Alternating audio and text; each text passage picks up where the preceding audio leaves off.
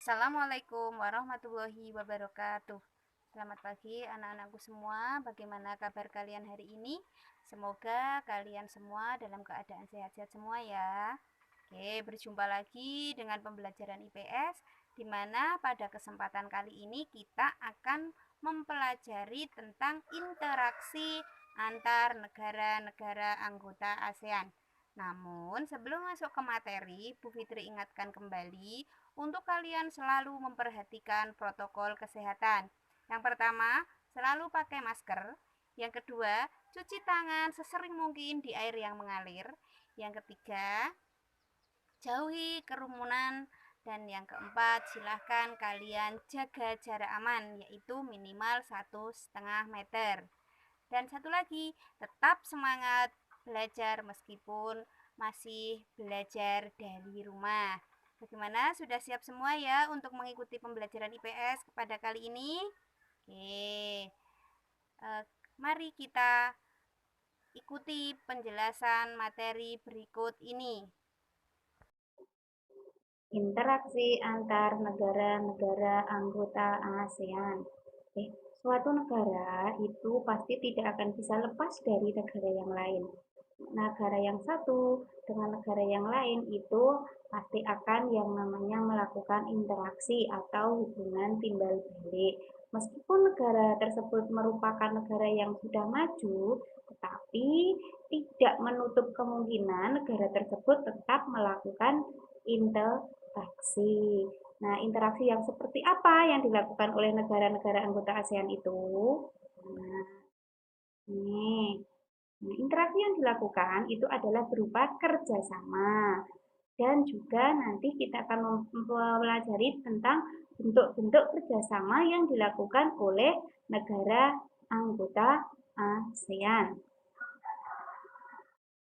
Oke, untuk pengertiannya. Satu persatu ya, kita bahas pengertian kerjasama. Apa itu kerjasama? Kerjasama adalah usaha yang dilakukan oleh beberapa orang, lembaga, atau pemerintah untuk mencapai tujuan bersama. Dengan kata lain, kita bisa melakukan kerjasama apabila kita itu memiliki tujuan yang sama dan pelakunya itu harus lebih dari satu. Itu bisa dikatakan sebagai kerjasama. Apabila memiliki tujuannya itu tidak sama, maka itu tidak dikatakan sebagai kerja sama. Oke, untuk yang selanjutnya, apa sih faktor pendorong kerjasama itu? Yang pertama, kesamaan dan perbedaan sumber daya alam. Nah, misalnya seperti ini.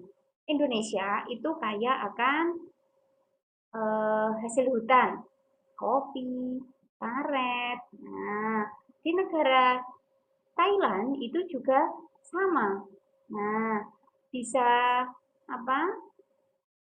Antara negara Indonesia dengan Thailand itu bisa tukar menukar hasil hutan meskipun sama-sama berupa karet. Tuh, contohnya seperti itu. Untuk yang kedua, kesamaan dan perbedaan wilayah atau kondisi geografis. Dengan kondisi geografis yang berbeda, maka nanti hasil alamnya atau hasil kekayaan yang dimiliki suatu negara itu akan berbeda. Maka bisa mengakibatkan kerja sama. Yang ketiga, perbedaan perkembangan teknologi. Nah, ini maksudnya yang contoh realnya itu taruhlah Indonesia dengan kalau Singapura. Nah, itu antara Indonesia dengan Singapura itu kemajuan teknologinya itu bagusan Singapura. Maka apa Indonesia akan melakukan kerjasama yang selanjutnya terbatasnya kemampuan negara dalam memproduksi barang dan jasa. Nah, apabila suatu negara itu memiliki keterbatasan dalam memproduksi barang dan jasa, secara otomatis negara tersebut akan meminta atau mendatangkan barang yang tidak bisa diproduksi di dalam negeri itu dari luar negeri. Contohnya kita, Indonesia itu sebenarnya negara agraris, tetapi untuk mencukupi kebutuhan beras kita masih mengalami kekurangan. Maka kita impor dari Thailand atau membeli dari Thailand. Seperti itu. Oke, sekarang tadi faktor pendorongnya sudah, sekarang faktor penghambat kerja sama. Apa saja sih yang menghambat kerjasama itu? Yang pertama adalah perbedaan ideologi. Ideologi itu apa? Nah, ideologi itu adalah pandangan hidup.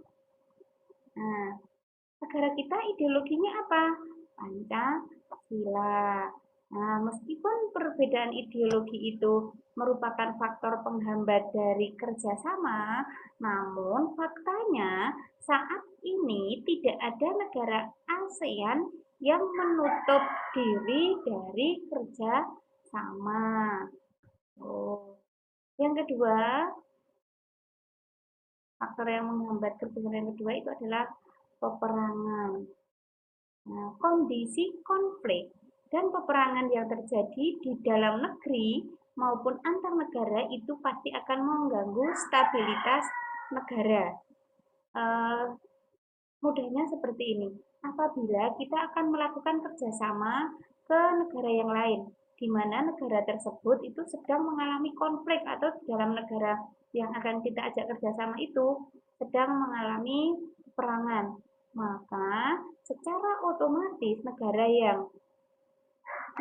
kita itu akan lebih mempertimbangkan lagi, negara tersebut sedang perang, terus bagaimana nasibnya kalau negara kita melakukan kerjasama, apakah akan menguntungkan atau tidak? Nah, itu kebijakan protektif. Nah, ini di sini adalah suatu kebijakan yang bertujuan untuk melindungi kepentingan dalam negeri dan meningkatkan daya saing.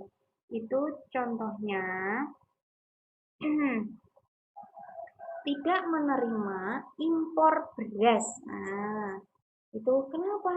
Karena beras dalam negeri kita itu agar bisa bersaing dengan beras impor.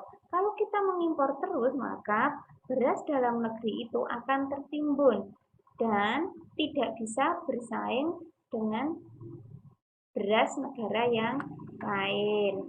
Tuh. Yang keempat, perbedaan kepentingan tiap-tiap negara. Nah, tentu saja antara negara yang satu dengan negara yang lain itu pasti memiliki kepentingan yang berbeda. Tuh. Nah, perbedaan kepentingan tadi bisa menghambat kerja sama. Oke, jelas nggih untuk faktor pendorong dan penghambat kerjasama. Oke, sekarang kita lanjutkan untuk bentuk-bentuk kerjasama yang dilakukan oleh negara-negara anggota ASEAN. Yang pertama itu kerjasama di bidang sosial dan budaya. Nah, biasa dikenal dengan istilah ASCC atau ASEAN Socio-Culture Community. Kerjasamanya bisa tukar menukar kebudayaan. Maksudnya tukar menukar kebudayaan di sini bukan berarti kebudayaan Indonesia ditukar dengan kebudayaan yang lain ya, tetapi contohnya itu kita memamerkan budaya yang kita punya ke negara yang lain. Sosial, meningkatkan kesehatan, kesejahteraan, nah seperti itu. Untuk yang kedua, kerjasama di bidang politik dan keamanan, atau di situ biasa dikenal dengan APSC, ASEAN Political Security Community. Nah, itu berarti kerjasama di bidang politik dan keamanan, menjaga perbatasan, kemudian mengadakan perjanjian atau traktat, nah, seperti itu. Nah, kerjasama di bidang pendidikan. Nah, ini contohnya yang dilakukan itu adalah tukar-menukar siswa berprestasi. Juga sering mengadakan eh, pertukaran guru atau dosen yang berprestasi ke negara yang lebih lebih maju daripada negara kita. Nah, yang keempat, kerjasama di bidang ekonomi. Nah, ini yang paling banyak dilakukan adalah kerjasama di bidang ekonomi. Ada kegiatan ekspor impor, ada pelaksanaan perdagangan bebas yang dikenal dengan istilah AFTA atau ASEAN Free Trade Area. Bagaimana anak-anak? Sudah jelas semua ya? Oke, tadi kita sudah mempelajari mengenai interaksi negara-negara anggota ASEAN. Di dalamnya ada kerjasama. Nah, dalam kerjasama itu kita tadi sudah mempelajari pengertiannya, kemudian faktor pendorong dan penghambat, dan juga bentuk-bentuk dari kerjasama yang dilakukan oleh negara-negara anggota ASEAN. Sudah jelas semua ya? Oke, semoga penjelasan tadi bermanfaat untuk kalian, terutama bisa membantu kalian dalam mengerjakan tugas. Nah, apabila ada yang kurang jelas atau kalian belum mudeng, silahkan kalian bisa bertanya langsung kepada Bu Fitri melalui WA pribadi. Oke, sampai ketemu lagi dengan pembelajaran selanjutnya. Tetap semangat dan sekian dari Bu Fitri. Wabillahi taufiq wal hidayah. Wassalamualaikum warahmatullahi wabarakatuh.